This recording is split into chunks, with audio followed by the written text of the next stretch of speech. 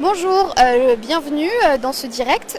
Je suis Marie Daoudal, je suis journaliste à Courrier Expat et nous sommes donc en direct de Forum Expat, un salon dédié à l'expatriation pour ceux qui souhaitent avoir des informations sur comment s'installer à l'étranger. Aujourd'hui, nous allons donc parler du Canada et du secteur bancaire au Canada avec Rachel Saurin qui est à mes côtés et qui est directrice de la Banque nationale du Canada à Paris en France. Si vous voulez lui poser des questions, n'hésitez pas à les mettre en commentaire et je les transmettrai à Rachel Saurin. Moi j'ai quelques questions, donc on va commencer. Il y a de plus en plus de Français qui vont au Canada. Combien sont-ils et parlez-nous un peu de ces Français. Bonjour à tous, merci, je suis ravie d'être parmi vous aujourd'hui et de parler de ce beau pays qu'est le Canada et qui attire effectivement beaucoup de Français. Alors on compte à peu près plus de 150 000 Français au Canada. On les retrouve principalement en fait dans la province du Québec, qui est la province francophone. Et comme vous le savez, le Canada c'est un grand territoire, le deuxième pays le plus grand au monde, avec 10 provinces, 3 territoires. Mais nos amis français choisissent davantage la province francophone du Québec pour s'installer, donc plus de 150 000 Français. Je dirais qu'en fait ils choisissent le Canada parce qu'en fait c'est un grand pays qui est synonyme d'opportunité en fait pour les Français, notamment pour les jeunes Français qui veulent s'installer. Le Canada en fait est très libéral et très ouvert, donc il y a beaucoup d'opportunités et on a la chance en France maintenant d'entendre parler beaucoup du Canada, donc ça donne envie. Les Français s'essayent, certains partent pour 1 an, 2 ans d'études et ensuite restent vivre plus longtemps et en fait se développent dans plusieurs secteurs d'activité. Et donc est-ce qu'il y a des dispositifs particuliers pour ces Français qui souhaitent s'installer au Canada ? Alors oui, déjà pour information importante, pour vivre, travailler ou étudier au Canada, ça prend un visa en fait. Donc la première démarche à faire quand vous êtes intéressé par le Canada, c'est de voir à quel visa vous pourrez être éligible. Il y en a une multitude, dépendamment de votre âge, dépendamment de votre projet et dépendamment de l'endroit au Canada où vous voulez vous installer également. Le plus connu pour les 18-35 ans est le PVT, le permis vacances-travail, qui vous permet, comme son nom l'indique, soit de faire des vacances, soit de travailler au Canada, et ça pendant 2 ans. Ensuite, pour ceux qui veulent faire un stage ou travailler, il y a aussi les jeunes professionnels. Il y a aussi la résidence permanente, bien sûr, pour les personnes qui veulent s'installer de façon plus définitive. Donc la première démarche à faire, c'est de s'intéresser, d'interroger l'ambassade du Canada en France pour voir quel type de visa est disponible selon votre projet, selon votre profil et ensuite selon la province aussi où vous souhaitez vous installer. Et là, ils vont vous accompagner pour les démarches administratives. Et est-ce qu'il y a du coup des secteurs qui attirent plus que d'autres ? Oui, bien sûr. Alors en fait, dépendamment des provinces, mais si on parle du Québec, puisque je sais que c'est le Québec qui intéresse la plupart des personnes, tout ce qui est technologie de l'information, donc tout ce qui va tourner autour de l'informatique, donc les développeurs en informatique, tout ce qui est les techniciens, ça c'est très demandé. Le Québec est aussi une province qui attire beaucoup l'industrie de l'aéronautique, donc tout ce qui va avoir trait de près ou de loin à l'aéronautique est très prisé. Et ensuite, il y aura d'autres métiers dépendamment des besoins des entreprises. Mais ce qu'il faut savoir, ce qui est important, c'est qu'actuellement, le Canada et le Québec connaissent le plein emploi, c'est-à-dire qu'ils sont en pénurie de main-d'œuvre, donc ils recherchent de la main-d'œuvre dans différents secteurs. Donc bien se renseigner sur votre secteur d'activité, regarder sur les réseaux sociaux, il y a beaucoup de choses avec l'ambassade du Canada, la délégation générale du Québec, Immigration Québec, qui peuvent vous indiquer quels secteurs sont porteurs, quels profils sont recherchés, mais ils recherchent beaucoup de main-d'œuvre et notamment de la main-d'œuvre francophone. C'est ça qui est intéressant pour les Français. Alors je le rappelle, vous pouvez, si vous le souhaitez, poser vos questions à Rachel Saurin en bas, en commentaire, et je les transmettrai. En attendant, vous pouvez aussi, est-ce que vous pouvez aussi nous parler de votre organisation, de la Banque nationale du Canada, qui, elle, je crois, a des dispositifs pour les personnes qui souhaitent s'expatrier au Canada ? Bien sûr. Alors la Banque nationale du Canada est une des banques les plus importantes sur tout le territoire canadien puisqu'elle est présente de Vancouver à Montréal, donc ça c'est très important. On est présent en France aussi, à Paris, depuis plus de 110 ans maintenant. Et notre rôle à Paris est justement d'accompagner les Français, particuliers ou entreprises, qui veulent se rendre au Canada pour leur projet de vie ou leur projet d'entreprise.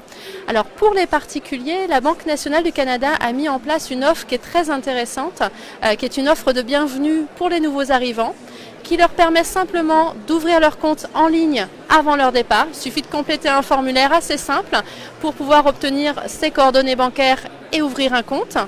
Ensuite, lorsque vous serez physiquement au Canada, ce compte sera activé. Vous aurez bien entendu avant pu envoyer des fonds de France vers le Canada.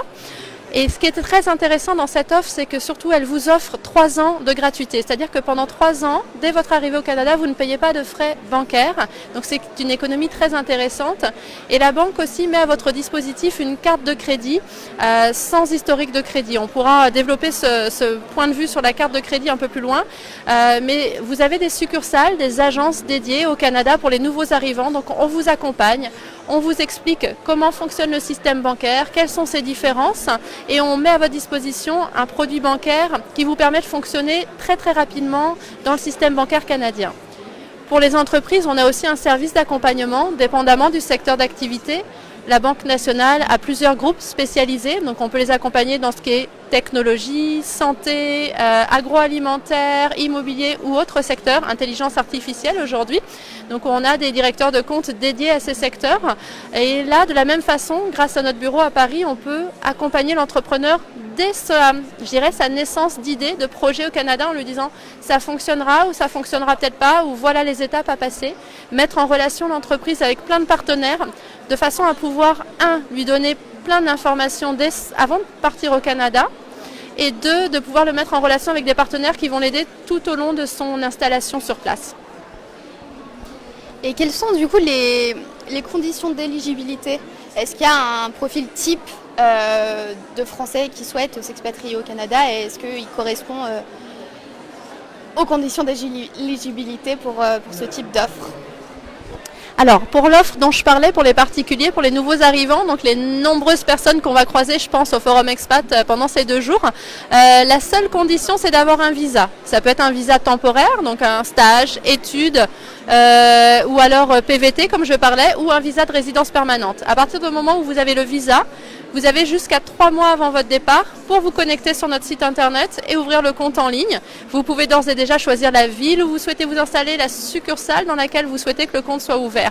Ensuite, je dirais que pour les entreprises, tout va dépendre en fait du secteur d'activité, du projet, pour pouvoir être accompagné. Mais je dirais que tout est plutôt ouvert. En fait, c'est une question de marché. Est-ce que votre produit a une place sur le marché canadien? Est-ce que votre service a une place? Il faut faire, bien entendu, avant une étude de marché, parce que les Canadiens sont des Nord-Américains, les Québécois sont des Nord-Américains qui parlent français, mais ils ne consomment pas du tout comme nous, les Français. Donc, un produit qui peut très bien marcher en France, notamment dans l'agroalimentaire, peut ne pas fonctionner ou ne pas correspondre aux attentes des Québécois. Donc avant tout, pour un projet entreprise, il faut bien valider son étude de marché, se dire est-ce qu'il y a un potentiel pour mon produit ou mon service et à partir de là, tranquillement, commencer les démarches, peut-être ouvrir un bureau là-bas, commencer à vendre et puis prendre de l'expansion petit à petit. Et d'accord. Et est-ce que vous diriez que là vous avez donné un peu des conseils, mais est-ce qu'il y a une chose à retenir absolument avant de se lancer et de partir au Canada? Oui, il y aurait plein de conseils bien évidemment à donner. La première, c'est de se préparer, bien entendu, comme pour toute expatriation, et de comprendre quelles vont être les règles du jeu au Canada. Je l'ai dit un petit peu avant, au Québec, on parle français, donc tout paraît plus simple, plus rapide, plus facile, mais en fait, c'est pas forcément le cas, parce qu'on est en Amérique du Nord, donc on est sur un autre continent, donc les us et les coutumes ne sont pas les mêmes, les modes de consommation ne sont pas les mêmes. Par exemple, pour prendre la banque, rien que ça, quand on parle d'une carte de crédit au Canada, on ne parle pas d'une carte de crédit française. La carte de crédit française s'appelle au Canada la carte de débit. En fait, c'est du débit immédiat. Quand bien même en France, vous pouvez être débité immédiatement ou quelques jours plus tard. Au Canada, vous avez 2 cartes. La carte de débit, comme son nom l'indique, je l'utilise, mon compte est débité immédiatement. Ou alors la carte de crédit, qui est véritablement un outil de paiement, c'est-à-dire c'est une carte avec une limite de crédit qui est mise sur la carte. Donc, et puis en fonction de cette limite, vous l'utilisez pendant le mois et vous avez ensuite l'option de rembourser tout ou partie. Donc ça, c'est une grosse différence. Donc je dirais de bien se préparer au fonctionnement du système bancaire, aux conditions pour trouver un logement, comment on se fait recruter au Québec aussi, comment on constitue un CV à la québécoise ou à la canadienne. Donc bien se renseigner, et je crois qu'ici, en tout cas Forum Expat, j'ai vu certains de mes partenaires, donc il y a quand même pas mal d'organismes en France qui peuvent vous préparer. Suivre les informations sur les réseaux sociaux aussi, en termes de quotas pour les visas ou en termes d'offres d'emploi. Et ensuite, ne pas hésiter à poser des questions quand on est au Québec, Canada, pour savoir comment ça se passe, comment je peux faire. Il y a forcément une communauté française importante, mais aussi auprès des personnes, des Canadiens, des Canadiennes. Et puis je dirais, se laisser guider, ne pas oublier qu'on est dans un pays étranger, que les règles ne sont pas les mêmes, et s'adapter tranquillement avec beaucoup d'humilité. Et vous avez beaucoup parlé donc vous avez donné des conseils pour ceux qui souhaitent s'installer au Canada, mais on sait souvent qu'il faut aussi penser au retour, même parfois avant même de s'expatrier. Donc est-ce que vous auriez des conseils pour ceux qui sont déjà au Canada et qui pensent à revenir en France, ou ceux qui préparent leur expatriation et qui pensent déjà au retour ? D'accord. Alors je dirais que souvent, un peu à la blague, mais c'est quand même la réalité, que beaucoup de Français qui partent au Canada ne reviennent pas. Donc c'est bon signe pour le Canada, c'est que tout se passe bien. Mais effectivement, il peut arriver que des personnes rentrent. La première des consignes que je donnerais peut-être plus au niveau bancaire, c'est peut-être de conserver son compte bancaire en France. Inutile de tout fermer et d'envoyer tout son argent au Canada, parce que le jour où vous allez revenir, il va falloir refaire les démarches d'ouverture de compte en France, etc. Donc peut-être garder son compte bancaire en France, sa carte de crédit en France. Ensuite, je pense que même quand on est dans un mode d'expatriation à l'étranger, faut pas oublier je dirais ses contacts, son réseau en France. Donc toujours maintenir le contact, même quand vous êtes au Canada, maintenez le contact avec vos anciens collègues en France, vos amis, etc. Voir quelles sont les opportunités. Et quand vous allez revenir du Canada vers la France, jouez beaucoup sur votre expérience au Canada, sur le fait que vous avez appris à travailler dans un écosystème différent, avec une mentalité différente.